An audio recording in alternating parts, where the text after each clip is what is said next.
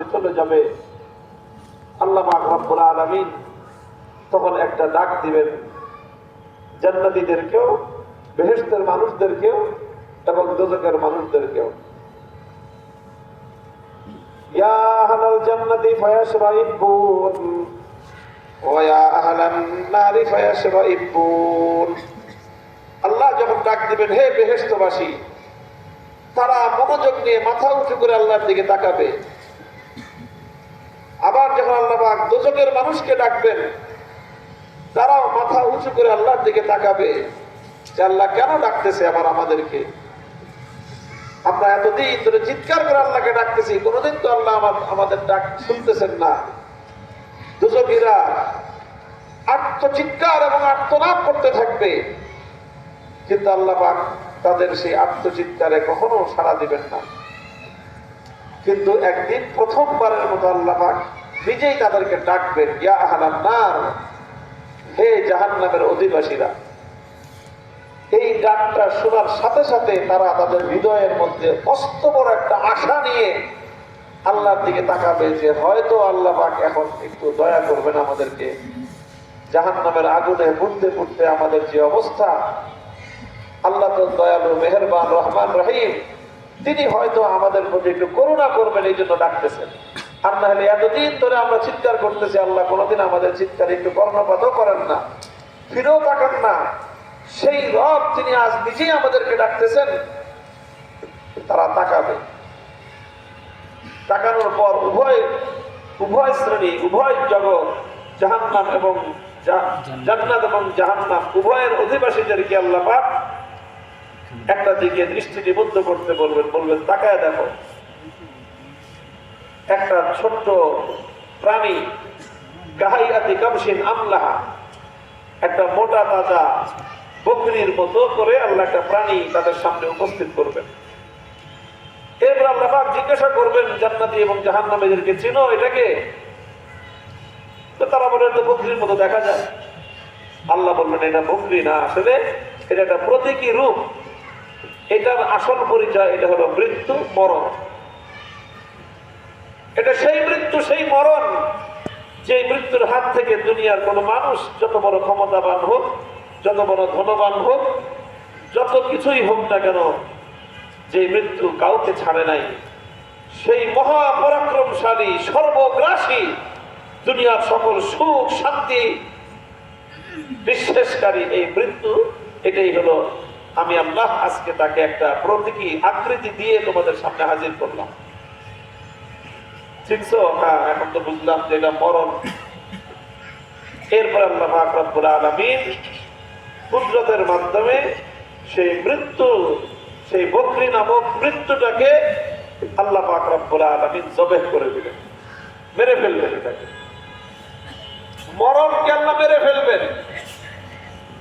মেরে ফেলার পরে আল্লাহর পক্ষ থেকে দুটো ঘোষণা দেওয়া হবে, ইয়া আহলাল জান্নাতি খুলুদুন লা মাউত ওয়া ইয়া আহলান নারি খুলুদুন লা মাউত।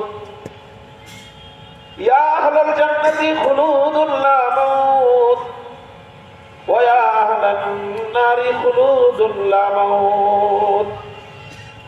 আল্লাহ বলবেন, হে জাহান্নামের অধিবাসীরা, এই যে লেলিহান দাউদাও শিকার আগুনের মধ্যে যে জ্বলতেছো, আজ আমি আল্লাহর পক্ষ থেকে তোমাদের জন্য চূড়ান্ত ঘোষণা যে তোমরা মনের মধ্যে আশা নিয়ে বেঁচে আছো যে হয়তো একদিন তোমাদের এই শাস্তির অবসান ঘটবে না।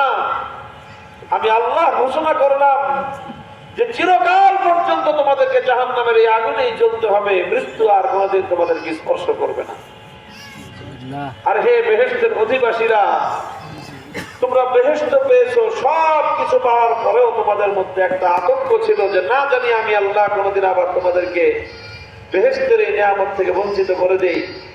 আজ তোমাদের জন্য চূড়ান্ত আনন্দের সংবাদ হলো খুলুদুন লা মাউত, তোমরা অনন্তকাল পর্যন্ত আমার বেহেশতের মধ্যে ভোগ বিলাস তোমরা করতে থাকো, আরাম আয়েশ তোমরা করতে থাকো, কোনদিন মৃত্যু এসে তোমাদেরকে স্পর্শ করবে না। সুবহানাল্লাহ। সেই দিন একটা মানুষ বুঝতে পারবে দুনিয়া এবং আখিরাতের হাকিকত কি। জাহান্নামীরা চিৎকার করে বলতে থাকবে যে আল্লাহ আপনি যদি ঘোষণা দিতেন যে সারা দুনিয়ার সমস্ত বালুচর মরুভূমিগুলোতে যত বালুকণা আছে ততগুলো বালুকণা পরিমাণ সময় আমাকে জাহান্নামে থাকতে হবে, এরপর আমি মুক্তি পাবো, তাও তো একটা সান্ত্বনার একটা আশার আলো আমার মনে থাকতো। আজ আপনি কি করলেন, এটা কি করলেন আল্লাহ? আমার সর্বশেষ আশার প্রদীপটাকে আপনি নিভিয়ে দিলেন। আর বেহেশতের মানুষরা সেদিন উল্লাস করতে থাকবে, আনন্দ করতে থাকবে। এটাই হলো তাদের সেই চূড়ান্ত আনন্দ। আল্লাহর পক্ষ থেকে ঘোষণা দেওয়া হয়েছে অনন্তকাল পর্যন্ত আমরা বেহেশতের এই নাচ নেয়ামত, বেহেশতের ভোগ বিলাসিতা, বেহেশতের শান্তি সুখের মধ্যে আমরা নিমজ্জিত থাকবো। এখান থেকে আমাদেরকে আর কোনোদিন বঞ্চিত করা হবে না। মুহতারাম হাজিরিন, নফস এবং শয়তান আমাকে এবং আপনাকে যে ধোঁকার মধ্যে ফেলে রাখে, সেই ধোঁকাটা হলো এই ক্ষণস্থায়িত্ব আর চিরস্থায়িত্বের পার্থক্যটাকে ভুলাই দিয়ে নগদ আর বাকির ভেলকিবাজের মধ্যে ফেলায় রাখে। নগদ আর বাকির ভেলকিবাজের মধ্যে আমাদেরকে ফেলে রাখে। অথচ দুনিয়ার এই নগদটা এতটাই ক্ষণস্থায়ী যেটা আসলে একটা স্বপ্নের ঘোরের মধ্যে, স্বপ্নের মতো। একটা মানুষ যখন ঘুমন্ত অবস্থায় থাকে, ভাই ঘুমের মধ্যেও কিন্তু অনেক সময় মানুষ খুব আনন্দদায়ক স্বপ্ন দেখে, আবার সুখকর স্বপ্ন দেখে, আবার অনেক সময় ভীতিকর স্বপ্ন মানুষ দেখে না? ভীতিকর স্বপ্ন, এই সাপে দৌড়াইতেছে, ভয়ঙ্কর এক সাপ একটা মানুষকে দৌড়াইতেছে, আর সে প্রাণপণ সাপের আক্রমণ থেকে আত্মরক্ষার জন্য সে দৌড়াচ্ছে। অথবা ভয়ঙ্কর কোন বাঘ তাকে দাবড়াইতেছে। এরকম নানা রকম ভীতিকর স্বপ্ন মানুষ দেখে। আর স্বপ্ন দেখে সে এরকম ভীতিকর প্রাণীর হাত থেকে, ক্ষতিকর কিছুর হাত থেকে আত্মরক্ষার জন্য সে প্রাণপণ দৌড়ায় পালাচ্ছে।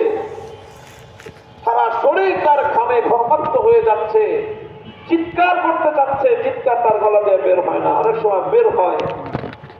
হঠাৎ করে যখন চিৎকার করে উঠে দেখে ঘুম ভেঙে গেছে, সারা শরীর ঘামে চপচপ করতেছে, শরীর থরথর করে কাঁপতেছে।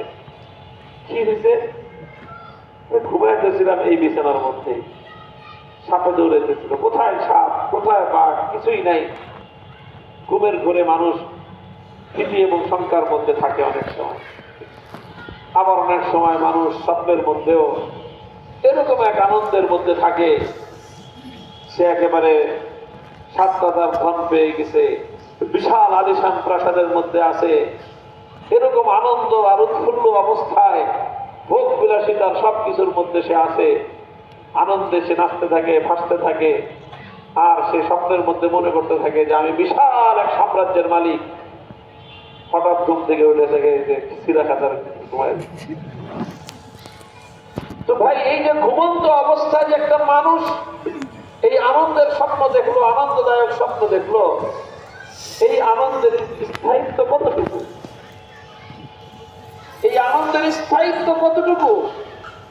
আর ঘুমের মধ্যেও মানুষ অনেক সময় এরকম কষ্টদায়ক ভীতিকর স্বপ্ন দেখে, সেই ভয় এবং সেই ভীতির স্থায়িত্ব কতটুকু? আল্লাহর কসম খেয়ে বলি, যখন এই জীবনের